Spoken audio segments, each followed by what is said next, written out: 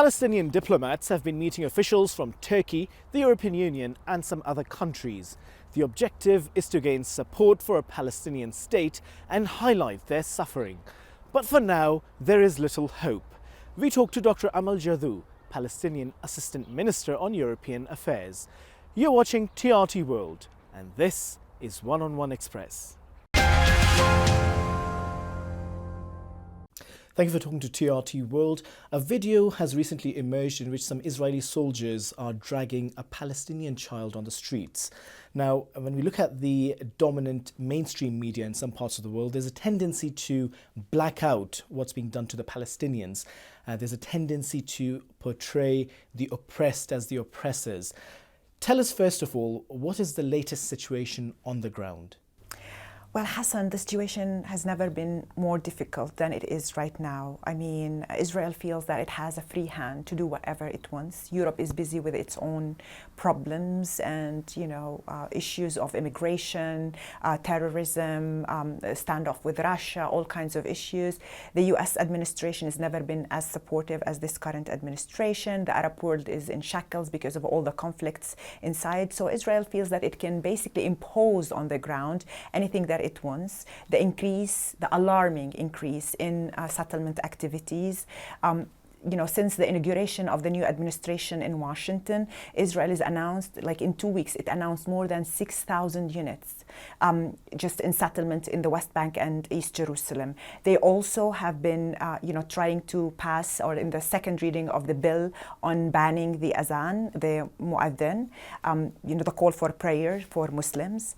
They're basically, entering into the Palestinian cities on a daily basis at night, arresting people, killing people extrajudicially, attacking Palestinians. And so they feel they have a free hand to do whatever they want, and nobody is criticizing.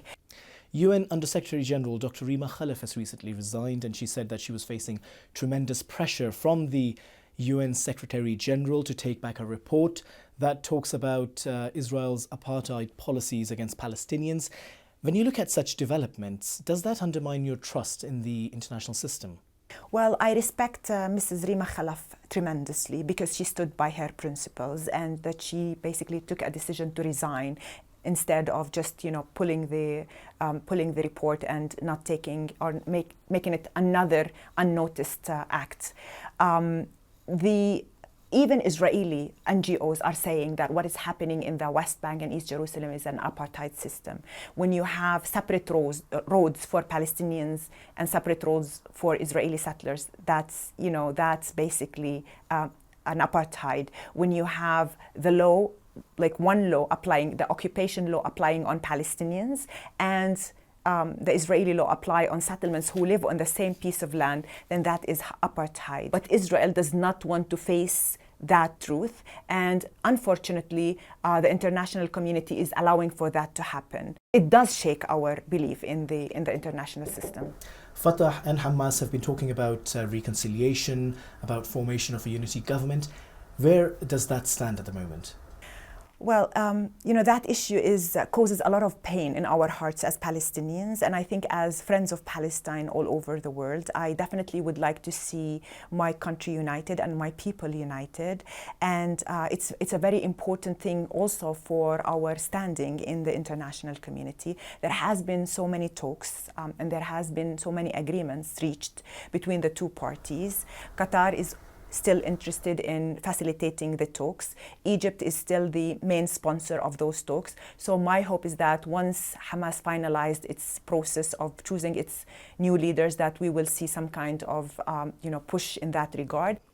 The head of Turkish International Cooperation and Development Agency in Gaza has been arrested, and Israeli officials are claiming that he was collaborating with Hamas.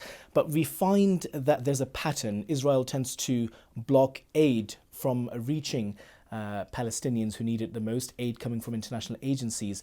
Do you feel that perhaps this is one such case as well? It's unfortunate, and it's also unfortunate that also they're blocking all kinds of international agencies from practicing their work in an easy manner. They always put hurdles, they're always putting restrictions. Palestinians. It's also a reality that they're preventing any people who are advocates of PDS, boycott, divestment, and sanctions on Israel, from entering Israel now. They're basically having lists, blacklists of people who join these groups in order to prevent them from entering. They're actually putting restrictions on Israeli NGOs that serve, the cause of peace and try to show the real face of Israel and what the Israeli procedures and practices and policies are.